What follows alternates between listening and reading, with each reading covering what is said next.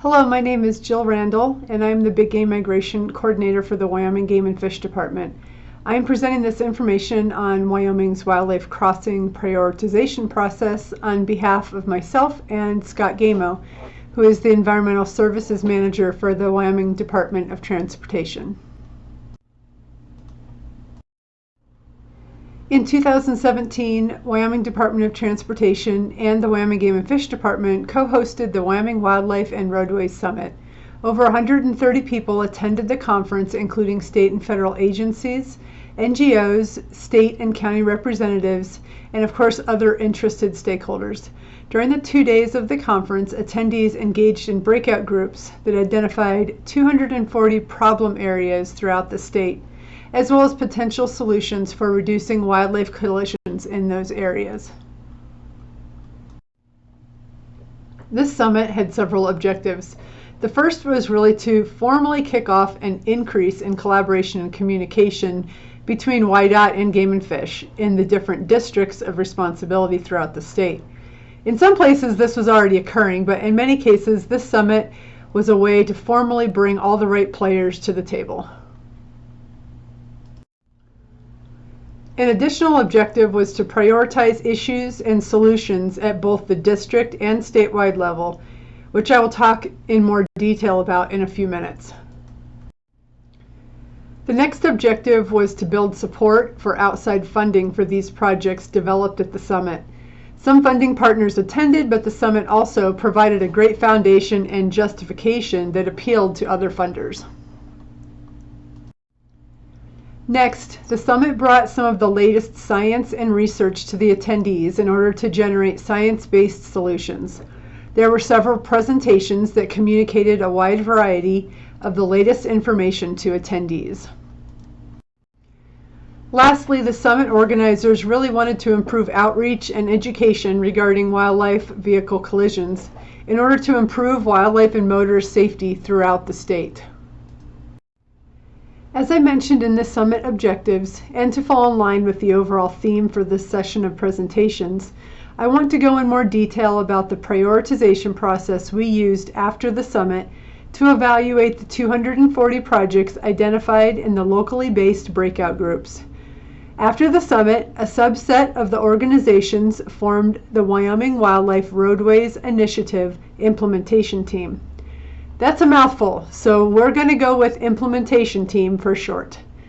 This group included WYDOT and Game and Fish, but also a couple NGOs, including the Nature Conservancy and Wyoming Wildlife Federation, the Bureau of Land Management, and the Wyoming Migration Initiative to also bring additional science and research perspective to the group.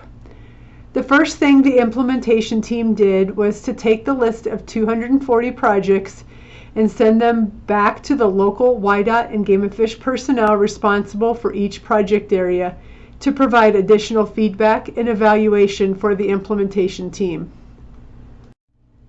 The first thing the local WYDOT and Game and Fish personnel did was categorize them as a statewide or local scale project.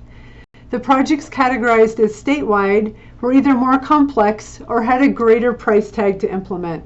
The local scale projects were ranked as high, medium, or low priority, and field personnel were encouraged to tackle these projects as local time and resources allowed. The 43 projects that were identified as statewide in scale were moved forward in our prioritization process.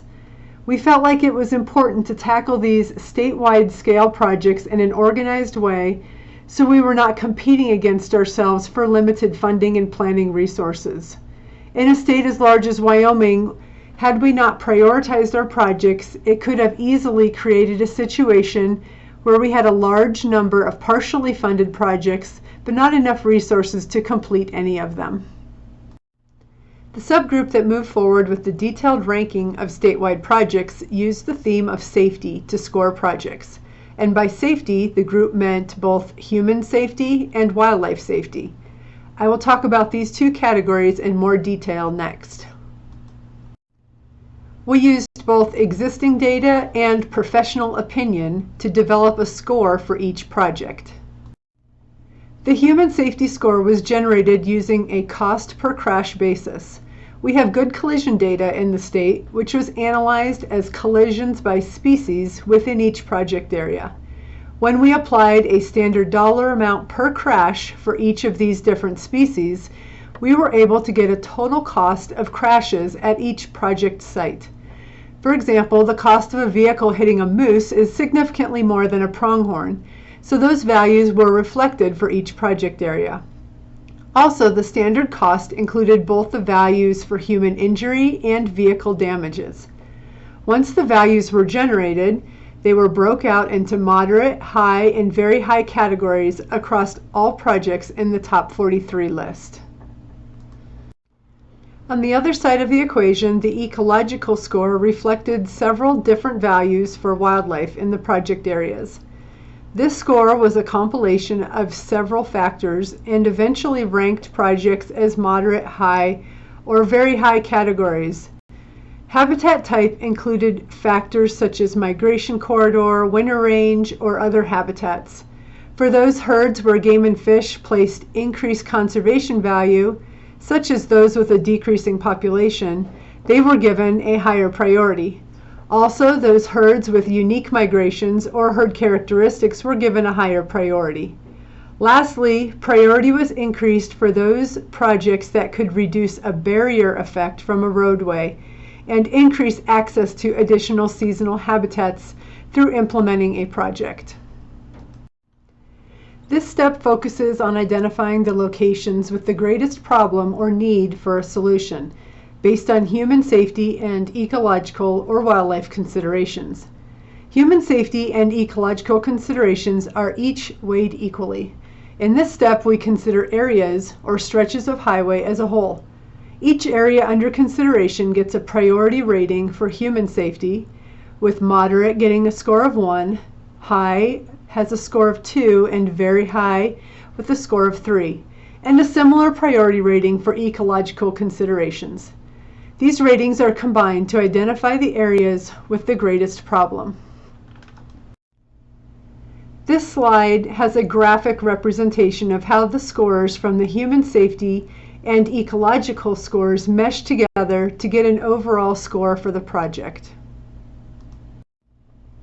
In this second step of our process, we incorporate information about what methods of reducing negative road-wildlife interactions are proposed or possible for a site. Higher priority will be given to sites with proposed solutions that have been effective elsewhere. Some sites that are high priority after step 1 may become lower priority in step 2 because effective methods are not feasible at those sites due to engineering or other constraints. In the third step of the prioritization process, we provide an opportunity for other considerations to affect priority rankings of proposed projects. While important, these considerations do not completely outweigh the factors used in steps 1 and 2. Other considerations may include funding.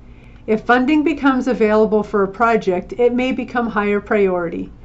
Next, wildlife-focused project plans, such as already existing detailed engineering plans, could elevate the priority of the project.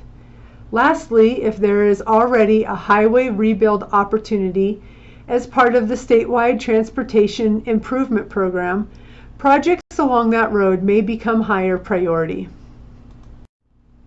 These steps outlined in the process we use to refine the top 43 statewide priority projects down to a top 10 list. This top 10 list was needed to provide the agency's focus and a more manageable list of projects to work with. It also provided us with a manageable list of projects to communicate with legislature regarding funding needs. This is a detailed list of the top 10 projects.